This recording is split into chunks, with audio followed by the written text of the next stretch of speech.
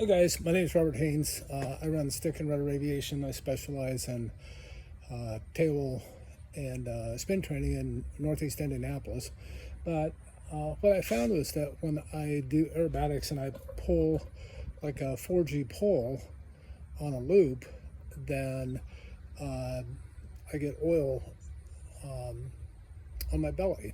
And so I had some oil damaged fabric that I had to repair, but in order to solve the problem, what I did was I installed a Airwolf w337a, which is an air oil separator, and I want to show you what that installation looked like.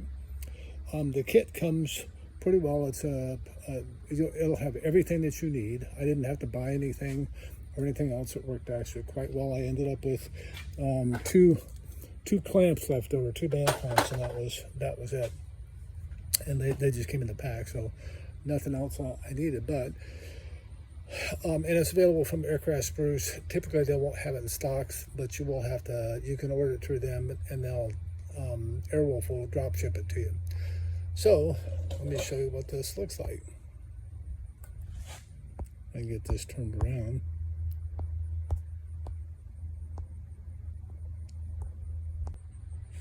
All right, so here's the secondary part of this. What starts with is you'll have to drill a hole. It says it's a 5/8 hole, but it's really a 7/8 hole. Is what you'll need to drill through that. The tube itself is 5/8, and what this does is it actually just provides ram air. So you're supposed to be on the closest cylinder.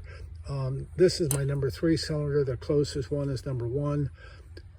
On the back side, or maybe it's number 4, but anyway, it's the one on that side is the closest, but the air cooler is in the way. So the logical choice was to put it right here, and basically right directly behind the spark plug is what they want. So this provides warm ram air. It's a mild ram air that goes through, and this tube right here, then you'll have to splice this in and then put this T in, and that T is going to wrap around. It's going to come into this section right here, and I'll come back to that a little bit later on.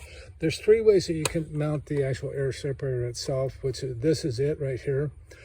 You can do it either to the baffle. In my case, it didn't work because of this angle right here. My second choice, which I went with, was the to the airframe firewall itself. Now I've got a Separator, so it was a lot easier if I just pull the pin and drop the door out, and that is very definitely a 2-person job. You'll put the bracket on the back side. This band goes around the back side of it, and then the band itself is what attaches it to the bracket.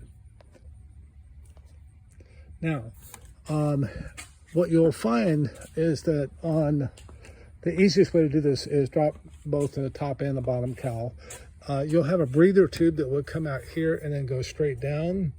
That breather tube gets removed, and I've got it. You can see it laying on the floor over there. That's of no use to me right now.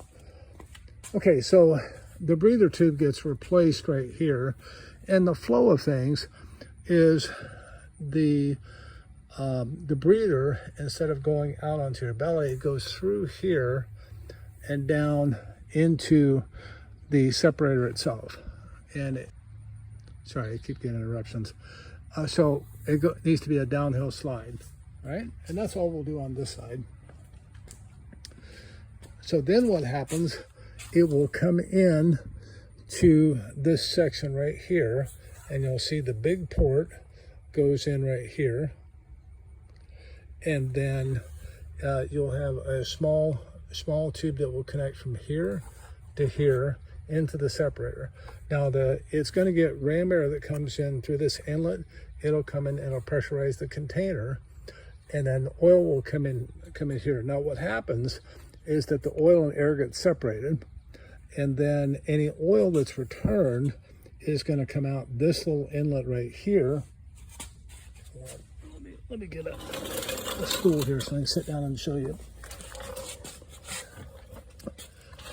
And that's going to go from here into this right here. Now what will happen is this tube right here is a factory OEM part. See, it will look like that, except it's on this back cylinder, on the number 3 cylinder. Okay, and then what you'll find is that there is a Y that's that they've done a really nice job replicating this part, but they add this Y in here. The OEM part does not have this Y. Okay, and so what happens is in your ram air, you can see it comes out here. It brings ram air into here and pressurizes this, and it creates a siphon, so that any oil that's draining from here into here will get siphoned and it goes back into your engine. Okay, and then any air that would escape will come down and out, and these are attached with Adele clamps. Okay, so one of the critical points here is you got to make sure that this does not end up sticking below your belly into the airstream, because if it does, it will create a suction effect and it will pull oil. So mine's unfortunately wasn't long enough and to do that, so I'm not going to have to worry about that. If I have any residual oil, it might get right there. I'm expecting to have very little or no oil escape on me on that. And if so, I'll just get a little bit longer scat tube if needed. But that's pretty much it. The engineering on this thing was actually quite well. This was probably the hardest thing to do, was to get this little spot in there, because I don't know if you can see it or not. In there, you've got 2 clamps that you have to get in there.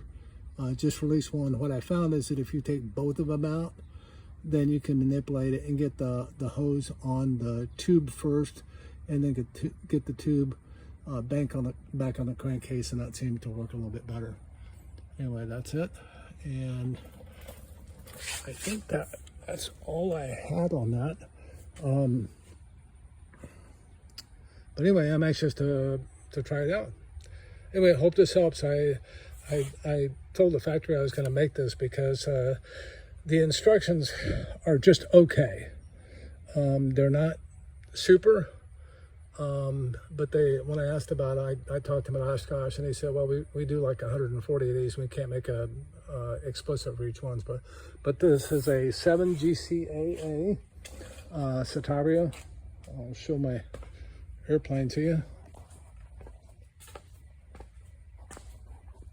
There it is right there, and that's my website. So thanks for watching.